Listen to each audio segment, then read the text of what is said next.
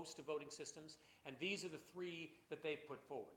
What's interesting is that they don't insist that people choose any of these. So if you go in and you just want to comment on whether to keep first past the post or have proportional representation, you can just do that and then leave, you can just send the ballot in that way.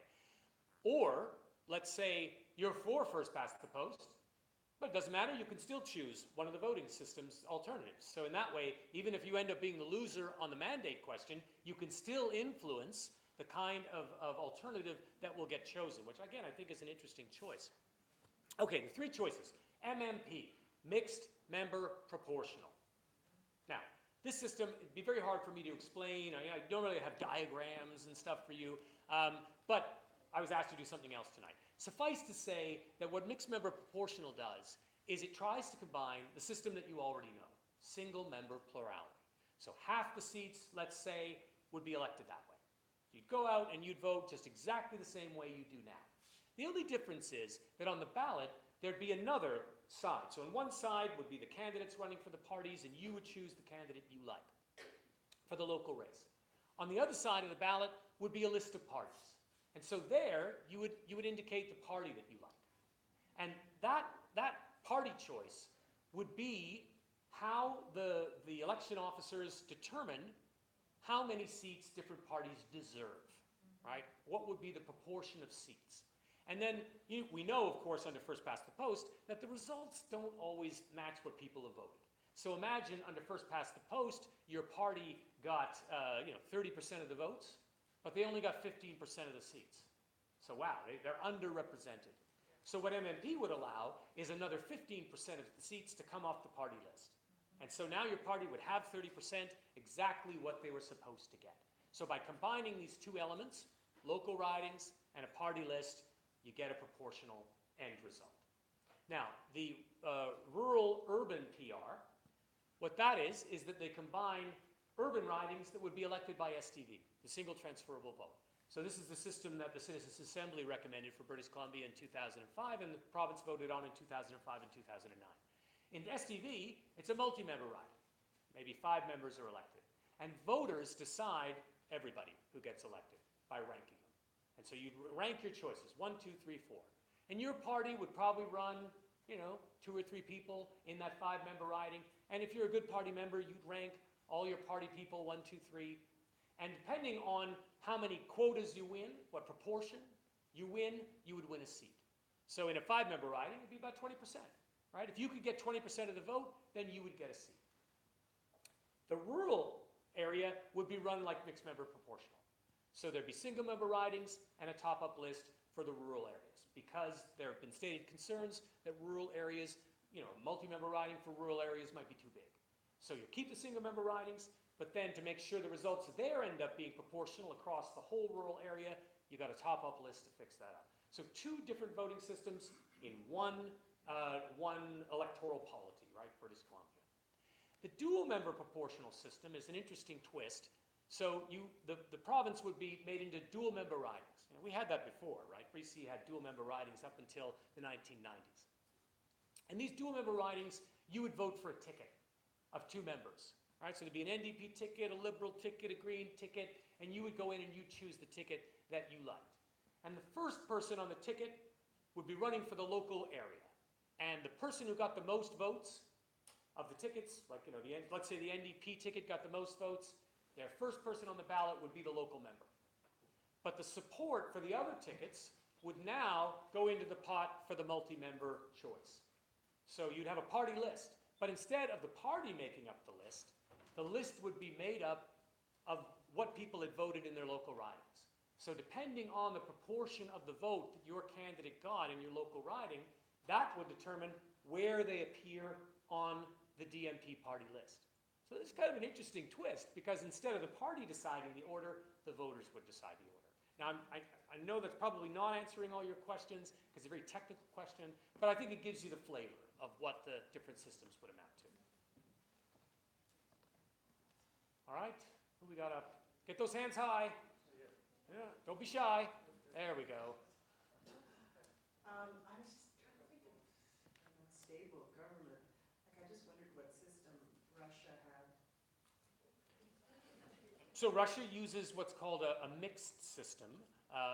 When we talk about voting systems, there's three kinds, right? There's plurality, majority, and proportional. Most Western industrialized countries fit into that category. But now there's also like a rump trunk of systems. The misfit, island of misfit toy voting systems, go in there. Ones that don't quite fit. And these are what we call semi-proportional systems. So they kind of have a bit of proportionality, but on the whole, they tend to produce the kind of majorities that we have under first past the post. And that's what Russia uses. They use a system where there's a kind of proportionality, but at the end of the day, the largest party tends to win a majority of the seats, even though they don't have a majority of the vote. Thank you. My name is Bob Campbell, and I agree that our system is not democratic. That the last number of years we haven't had a vanilla system. But I did, before I came here tonight, I looked up our standard of living in this country, or tonight. Our employment rate is 5.5%. Average salary, 55,000. Personally, I know I have food on my table, I've got a house, roof over my head, I've got clothes on my back. So my question really is why should I care? It's an academic discussion tonight, and I appreciate it. But you're not getting 50% of the voters out anyhow. How can you make it so that we should care about what system we have? Well, I do want to comment on, I wouldn't say that our system isn't democratic. I would say that, British Columbians are democratic people, and they struggle to make their system democratic. And some of our institutions either help or hinder that. And so, that's where I would say my own view, first past the post is not a terribly democratic institution. It doesn't facilitate the public will. But despite that, I think British Columbians still try to do democracy, right? So it's always a struggle, right? That's why we talk about democratic struggle. Why should people care? Well, I see a lot of folks here tonight who care. And I see people who join the different campaigns to make change. When I started working on this topic 30 years ago, when I said PR, people were like, oh, public relations. Yeah, you're really into that, huh? No, not public relations, right? Today, you go into almost anywhere and you mention proportional representation amongst politically active people, which are a significant group of the population, and they actually know what it is. We've come a long way. So, why should everyone else care? Well, I guess that's what we're going to find out in terms of the campaigns that are going forward, right? My own view is that people go out and they vote for a reason. Are they getting the results that they want? I think the voters should drive the process.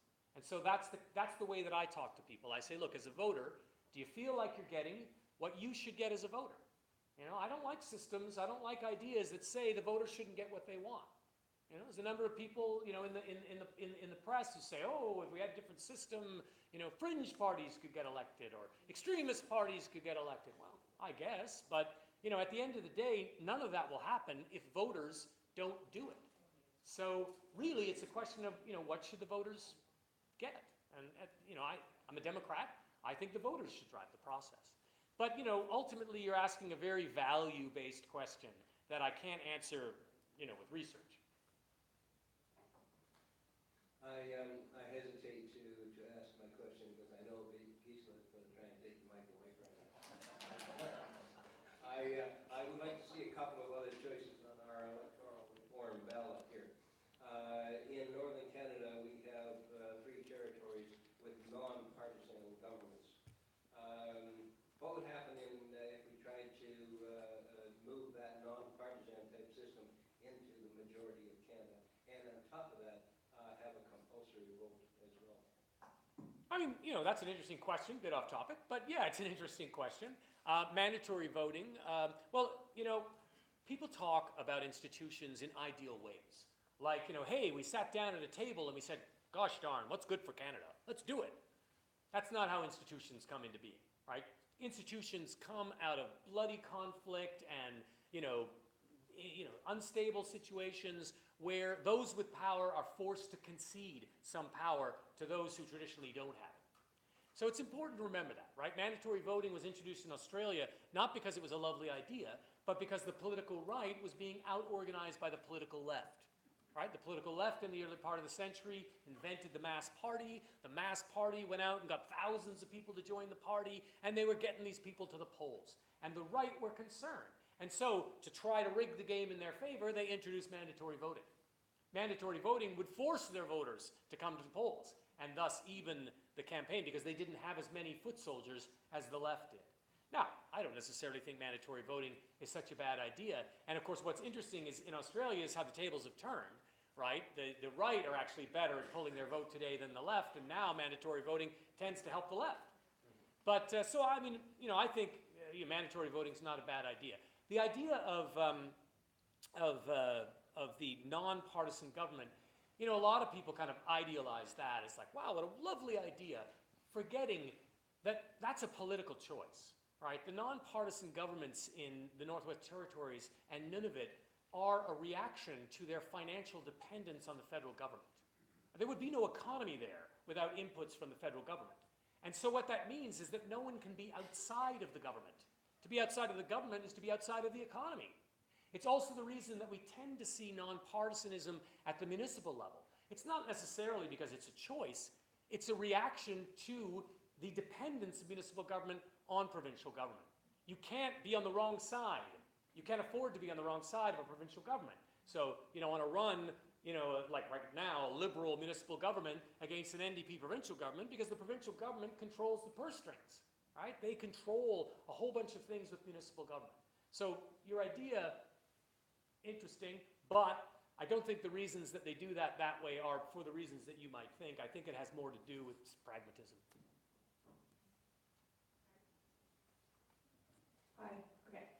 So if you had to vote right now, and are there a couple or one of those three options that you think, just in your own opinion, which I obviously value, rise above the others as being the most suitable for BC?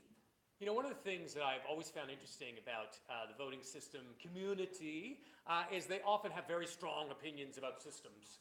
You know, I love SDV and I hate MMP. I love MMP and I hate SDV. And, you know, in looking at the results that the different countries produce, what's crucially important as a distinction between first past the post and PR is the proportionality.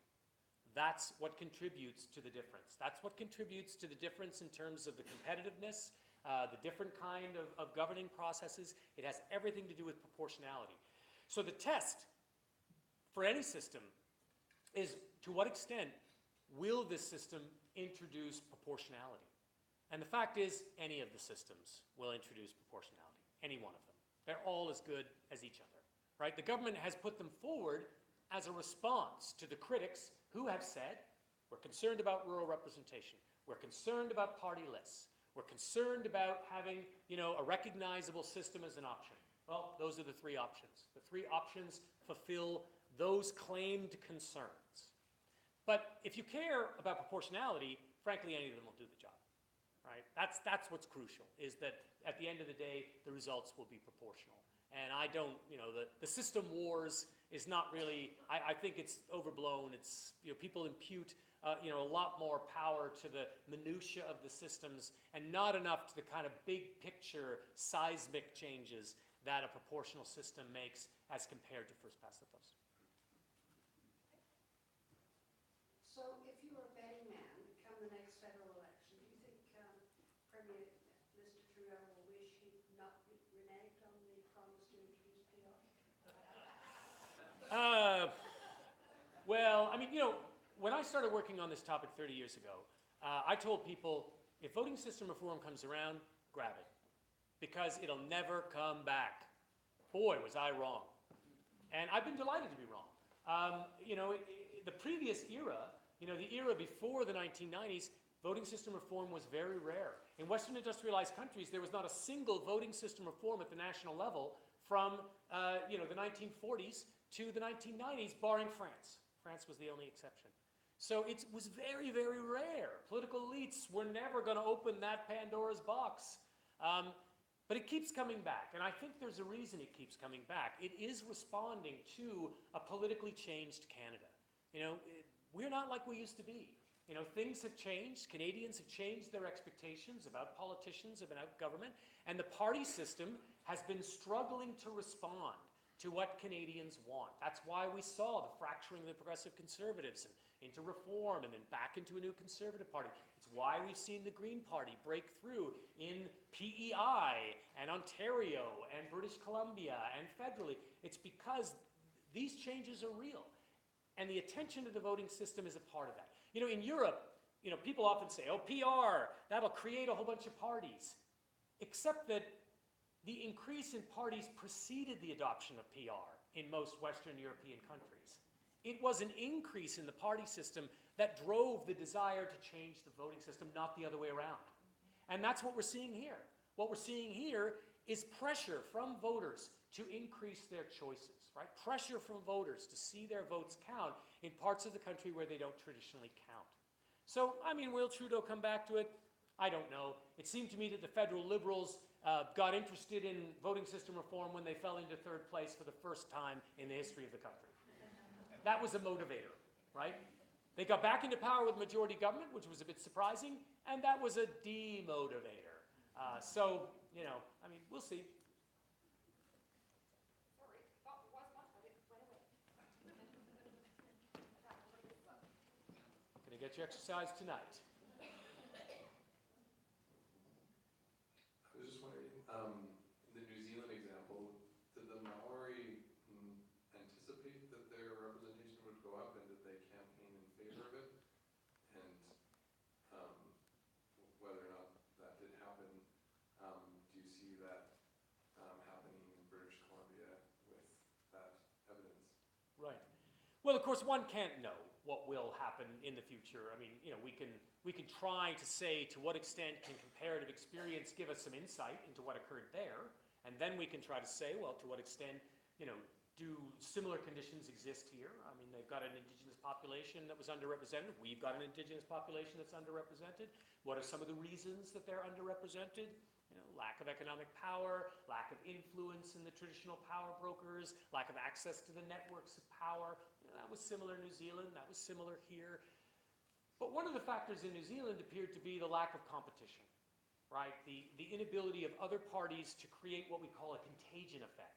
The reason that PR systems respond to new demands more quickly is because they're more competitive. If voters want to vote for something new, it can actually break into the system. And as something new breaks into the system, it can create a contagion effect in other parties. Not on all issues, because what's been interesting to see in the European context is that extremism has not become contagious, right? Extremist parties sometimes win seats in European countries, but they don't tend to influence what goes on in other parties. But parties that moved on women's representation did create a contagion effect. Other parties said, holy crap, they're electing women. If we don't get some women candidates, then some of the women might vote for them and not us. We better find ourselves some women, right? And the same thing happened with Indigenous politics in New Zealand. In New Zealand, as the parties started to realize that this new competitive dynamic was going to be much more accurate, they realized that suddenly this could be a factor. And so then they started to reach out more seriously to the Maori people and create spaces within their parties for those candidates to be successful.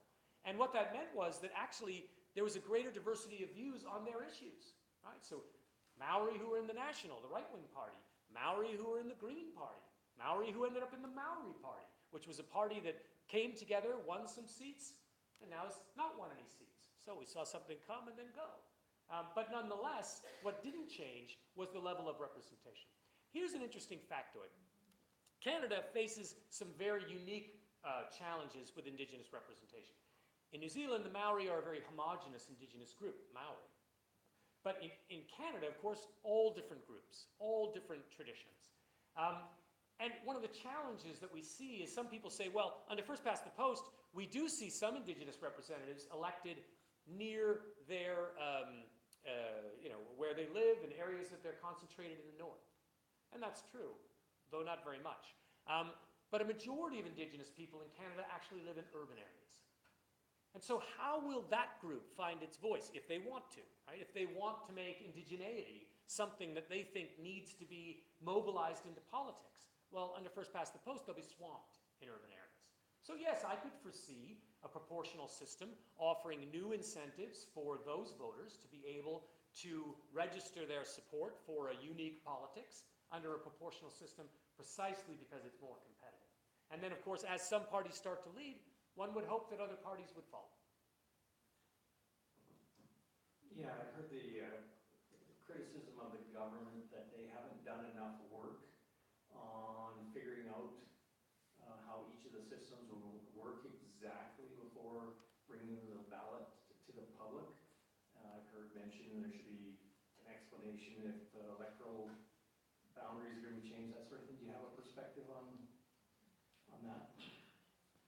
Well, I mean, it seems like a stalling tactic, right? It seems to me that this concern is coming up. I mean, how many of your friends and neighbors engage you in a discussion about electoral boundaries?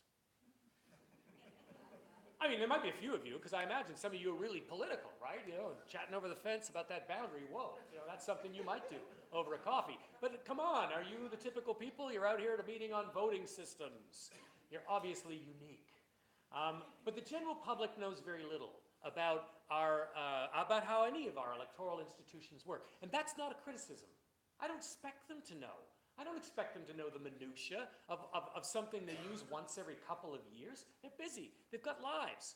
The important thing they need to know is how do their values relate to the political choices that they want to make. And that's something they do know, right? They know their own lives. They know their own experiences. And they know how to connect that to the kind of policies that they think they want to see. The public doesn't think in terms of left and right, but that doesn't mean they can't figure out which party is on what side of an issue, right? If you're someone who believes in $10 a day daycare, you know the New Democrats are closer to that position than the other parties.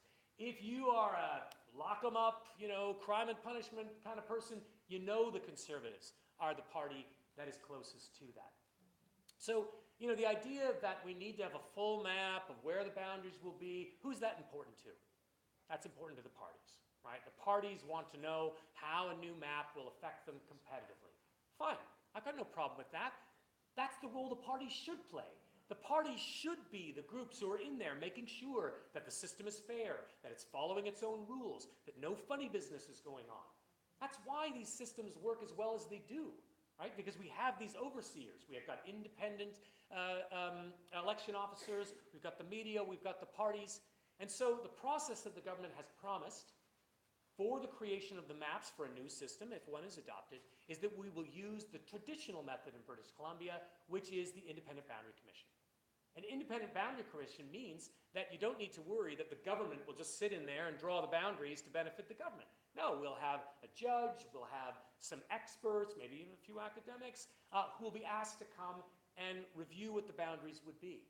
And that Boundary Commission will go around and hear from a couple of the members of the public who will show up, and the parties, and all the vested interests will be able to go to those open meetings that are transparent, and they'll be able to make their case about what kind of boundaries there should be. So, you know, do I think the boundary issue is an important one? No. I think that the government has come up with a process that I think is fair. It honors the traditions of British Columbia in terms of an independent process, a verifiable process. I think that's good enough. It's a trade-off, right? I mean, look, I advised the government to just change the system. You know, don't bother having a referendum. But they didn't listen to me, right? But that's a trade-off, right? I mean, you know, they said in their promise that if you elect us, we will change the voting system. We want to do it before the next election. Now, to have a referendum and have a set of maps ready before there's no way they could do that.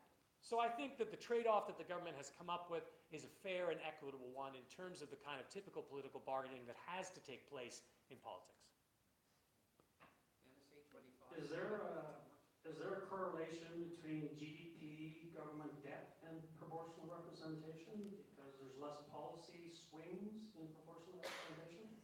Well, there's been a lot of research on this question. You know, the Fraser Institute has produced research that claims that proportional countries spend more money, they have higher debts. I think that's an interesting claim because, I mean, if the voters want that, who are we to say anything, right? I mean, ultimately, the voters should decide, and if the voters are prepared to, you know, have higher debt or spend more money on programs, then I think it's their right to make that decision. And of course, if the voters decide that they would like lower debt and lower taxes, well, that's their choice too, right? So what we do know is that there's a host of data to suggest that countries, Western countries, countries comparable to Canada that use proportional voting systems are just as economically independent, just as economically competitive, have high standards of living, have been able to accomplish a whole sorts of, things. So in that sense, I mean, there's lots of evidence to suggest that moving to a different system will not make the roof fall in terms of the economy. Question over here. I'm just wondering for time, Ken, are we cutting down the number of questions now? or- Well, see what the room wants, but I'm just aware that we're now at an How hour. are you doing? Is everyone dying to get out, or are you willing to do another 15 minutes? 15 minutes, I'm hearing. Okay. All right, and then 50 minutes will be hard. That'll be a hard decision. Because I know some of you may have other plans. Dairy Queen's still open. Okay, I'll talk fast. If you consider your average Jane Doe and Joe Blow confronted with this form, and I came here to inform myself which is the right choice. This room is full with people that have a political thought to give the right choice. Now, how is an ordinary person going to make that decision? They'll just say, oh, I'll vote for what I know. I won't go any further. And my second item, I want to congratulate you on your perfect speaking capabilities without 10,000 ums. And I wish all politicians could be that skilled. Well, you're very kind. I've been a bit of a performer, since I was very small. Had lots of practice. Where'd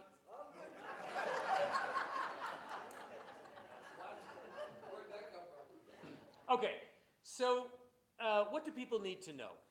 And there's a reason that very few countries have chosen their voting system by referendum. And if you look at Western industrialized countries, hardly any have used a referendum to choose their voting system. And it's because, as I say, voters are not terribly well informed about how systems work, what they are. If we stepped out on the street and we asked people, hey, how did Justin Trudeau turn 39% of the vote into 60% of the seats? I'll wait. Very few people will be able to explain that to you. And that's the simple system, supposedly, right? So, two surveys done 10 years apart asked Canadians, if we say we have a majority government, does that mean it has a majority of the votes? And a majority of respondents said yes. So, and I don't think I need to tell you that our majority governments almost never have a majority of the votes. So the public doesn't really understand how the institutions work. And as I say, I don't really think that's their fault. They're busy, they're doing stuff. What people don't need to know is the minutia of these systems. What people need to know, or what people need to think about, is what kind of politics do you want? What sits well with you? Our current system works this way, right? It tends to reward the largest party with an extra bunch of seats. And some people say that's good, right? They say it leads to stable government, strong government. Do you think that's good? Do you like that idea, right? On the other hand, we've got models from around the world where countries basically match up the votes with the seats. You get 30% of the votes, you get 30% of the seats. Does that sound like a good idea to you? Does that sound fair, right? Do you think that parties working together in a coalition would be a good thing? Is that a better way, to run our government? That's the kind of questions that I think your friends need to grapple with. Not the details, none of that. They can ignore the models and just vote on the first question if they're confused. But it is crucially important that your friends and neighbors take up this debate about the kind of politics that they want. Do they think the current system is delivering the goods? Do they like the way it works? Does it feel right? Like, yeah, this is good. Or do they think that maybe things could be better? Maybe a different approach that has different incentives for parties to behave differently? Does that sound like a good idea? Especially given the fact that the government has said that there will be a referendum after 2 cycles, right? So we'll have 2 elections, and if people decide, wait a minute, this was a dumb idea, I can toss it out. So in that sense, the risks of change are low. So I don't think you need to worry, and I hope you can convey to your friends that if they don't get it, you know what, you're in good company. Most people around the world don't understand their voting systems. Do you think the people in Ireland can explain to you the transfer process in SDV? No, they can't. They can't. They have no clue how that works. But what the people in Ireland do know is how to use that system to get the results they want. They know how to number their choices, and of course in doing that they have help from the parties, they have help from the election officers. So that's where I think the debate should be. My question is twofold.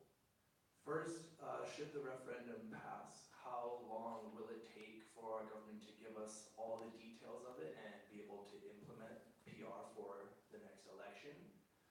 And after that election, is there likely to be a bit of a transitory period where things are a bit confusing and slow for both the public and the government? You know, that's a really good question. I mean, I don't have an answer to the first one. But, you know, given past practice, independent boundary commissions can take anywhere from, 10 months to 2 years, to produce a report. And I think that there will be an appetite for consultation. I think that it will be crucially important that the Boundaries Commission consult with rural areas about precisely where boundaries will be drawn, given the historic connections of different communities and, where roads fall and all that kind of stuff. But exactly how long, I don't know. Will there be a transition? Yes. Politicians brought up in a culture of first past the post are going to keep on behaving that way, even though there's a new system. And it will take them a little while to come to understand how the incentives and the rewards are different. Let me give you an example. In New Zealand, after the first election, there was the National Party, the right-wing party. There was the Labour Party, the left-wing party. And then there was this populist party. They were a breakaway from the right-wing party. They were called New Zealand First. And they had a bunch of things going on. They sounded a bit left-wing on some topics. They sounded kind of right-wing on others. They had some Maori thing going on. They had signaled to the voters in the campaign that they were going to work with Labour. And that often happens in PR countries. Voters know the parties that are going to work together after the election. So it's usually not a surprise. And so they had led people to believe they were going to work with Labour. But when the votes were counted and when the negotiations went on, they suddenly decided to work with National. Oh, man, people were smoking mad. People felt betrayed. You promised this, you did that. Some people said, this PR system sucks. Interesting, though. In the next election, New Zealand First almost lost its position in the parliament. Its vote declined so much that it wouldn't have got into parliament if their leader had not won his local seat. And that's a really interesting result because it showed that even amongst their own supporters, there was a sense that that's not right. You didn't do the right thing. We don't like that. That's not good behavior. And you see that in some of the other PR countries as well, that parties that are seen to make demands that are unreasonable or they act in ways that the public doesn't like, the public tends to punish them. So yes, in New Zealand, it took them an election and a half for the politicians to really get into the swing of things. But having said that, the national government that was established with New Zealand First, they ran out their full term. Their agreement to work together held together for the entire term. After elections these days, we often hear about what's called the popular vote on newscasts. If we go to a PR system, talking about the popular vote would basically just be describing the government, is that right? Well, it would be closer. I mean, as I said, PR systems are not perfectly proportional, so there would still be some gap, and there would occasionally be a result that people might raise their eyebrows about. There might be a party that appeared to be quite popular, but just didn't quite make the threshold of whatever the system was. So the popular vote would still be relevant. I mean, I think what we often hear is the opposite, right? It's not so much attention to the popular vote, but attention to the seat counts. So, in my book, I have this front page of the Globe and Mail after Jean Chrétien won a majority government with 39% of the vote, landslide majority government. There was no mention in the article anywhere that this government rested on 39% of the popular vote. And so, that's what contributes to this confusion. But yes, I think that if we move to a proportional system, obviously there wouldn't be quite as much focus on that.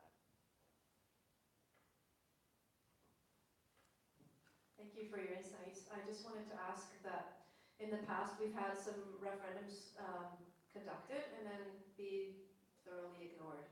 I'm just wondering how legally binding is this particular referendum? Well, it is and it isn't. I mean, the government has passed legislation. The legislation sets up the conditions for it to be justiciable, right? For someone to legally seek enforcement of what the legislation says. But of course, you may know that in a parliamentary system, you can't actually bind the legislature. And so the government could just go in and pass some new legislation, which would undo the binding aspect of it. I doubt very much that will take place. My sense is that this government, it's been quite a journey for New Democrats on this topic. They haven't always been champions of voting system reform, and in fact, there are elements within the party that I think are still not champions of reform. Bill Tillman. But he's usually just the person whose name I won't say, but I'm going to put it out there. And so I get a sense that they feel that it would be very bad for them if, given the nature of their coalition, that if they didn't follow through.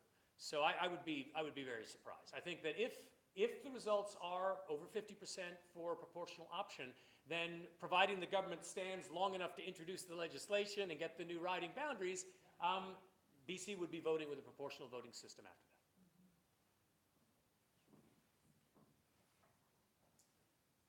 I do arithmetic after each election, and something that really concerns me is with a 50% turnout, giving you a majority with 40% of the vote. What we're talking about actually is 20% of the vote. 20% of the vote, especially with populist kind of maneuvering now, would be very easy to achieve, and that would give a majority government for 4 years. So I'm a lot more concerned about first past the post than PR for getting instability. Well, I think this is a fair comment, and it should be part of the debate. I mean, a lot of people will focus on the extremism or possible potential extremism of a PR system, when in fact, PR systems would reward a party only with what they've got coming. So if a certain portion of your population wants some, loudmouth party, they would get it if they got over the threshold. But of course, under first past the post, once an idea gets popular enough, there is the danger that it could be dramatically overrepresented. And we saw that in 1993 in this country, where Her Majesty's loyal opposition was a party that was committed to breaking the country up, right? The Bloc Québécois. And while I don't want to enter into the disputes within Quebec, the facts were that a majority of Quebecers voted for parties that were committed to staying in Canada, despite the fact that the seat count was exactly the opposite. The seat count suggested to people that everybody in Quebec was ready to hit the road. Meanwhile, Western Canada was painted red for reform. And it looked like everybody in the West was mad as hell at Quebec. We're not going to take it anymore. When in fact, a majority of people in the West had voted for parties that had, I think, a more nuanced position on Quebec, or at least a different one than the Reform Party. So 1993 was a terrible election, because the election results suggested a country that was completely polarized, when the election results themselves, in terms of the votes cast, suggested a country that actually had divisions within all of the different regions. So yes, I share your concerns about the potential difficulties in first past the post. Maybe we'll take one more.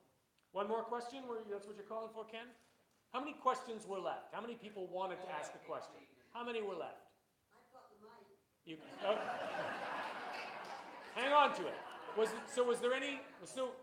There were. Okay, so 2 more questions. All right, so let's do these 3 questions in a lightning round, and then we'll let you go. Mine is probably quite a quick question.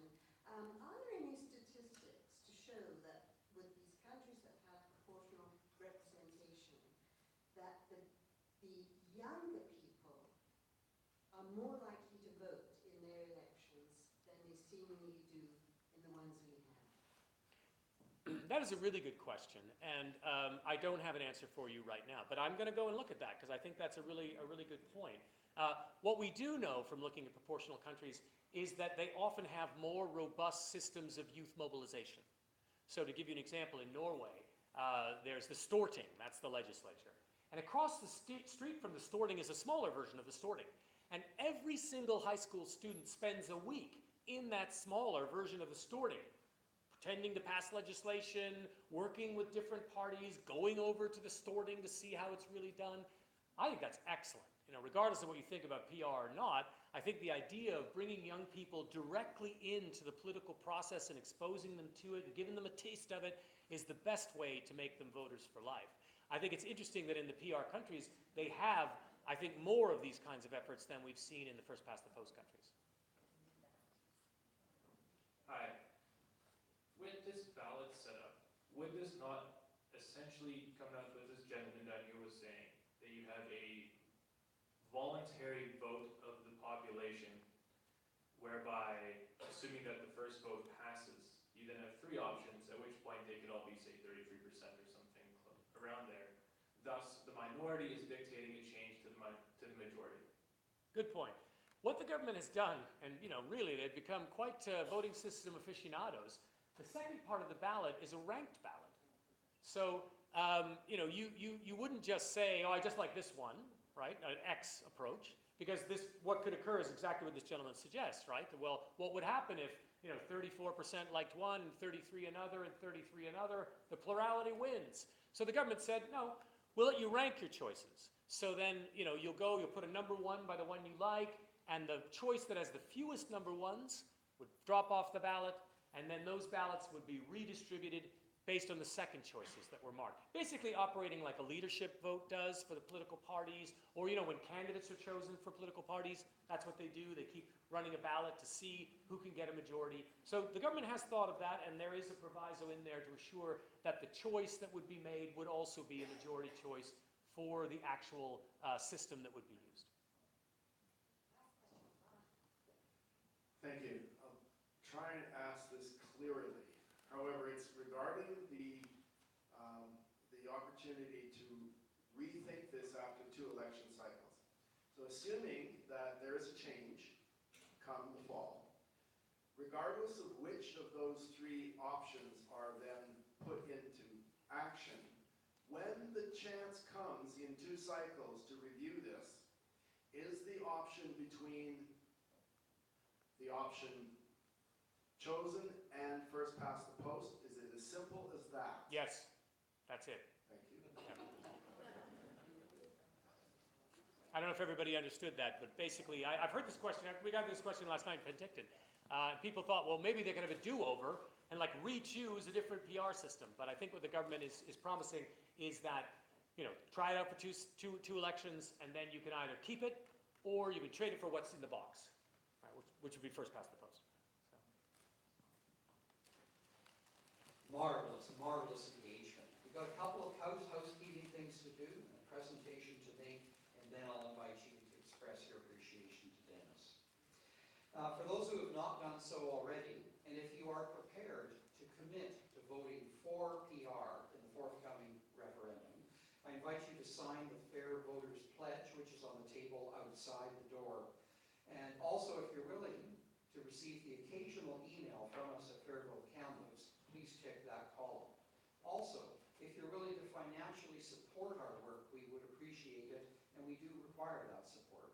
There are costs to run programs, to print materials, and to advertise in social media and elsewhere. So if you're able to help us, that would be greatly appreciated. There are other printed materials that you might want to look at on the table, and there are some that you can take away, including a wonderful bumper sticker that you can place. There we go. My lovely assistant has the bumper sticker. We also have t-shirts, and some folks are wearing the Fair Vote t-shirts. They're $20, and Dave can help you with those. There are a variety of sizes left. I've taken all the ones which are 3XL. We'd love to stay in touch with you. Look for us on Facebook, Fair Vote Kamloops. Fair Vote Kamloops. A good example is earlier on someone asked a question about systems. With thanks to Kamloops this week, Gisela produced a very fine 12-minute video with an overview of the systems. Sometimes it's a bit much to take in, but the more you look at it, for my money, the simpler it gets. Also, if you'd like to send us an email, any reflection on this evening, suggestions about other types of programs which would be of help to you and to your friends and neighbors, let us know. It's easy to contact us by email, all one word, all lowercase letters, no dots or underscores. That's not the email address. fairvotekamloops@gmail.com. Gisela has a presentation. Little something from us to you, Dennis, with huge appreciation for your coming way out here to the Wild West. Welcome home to the province. Friends, let's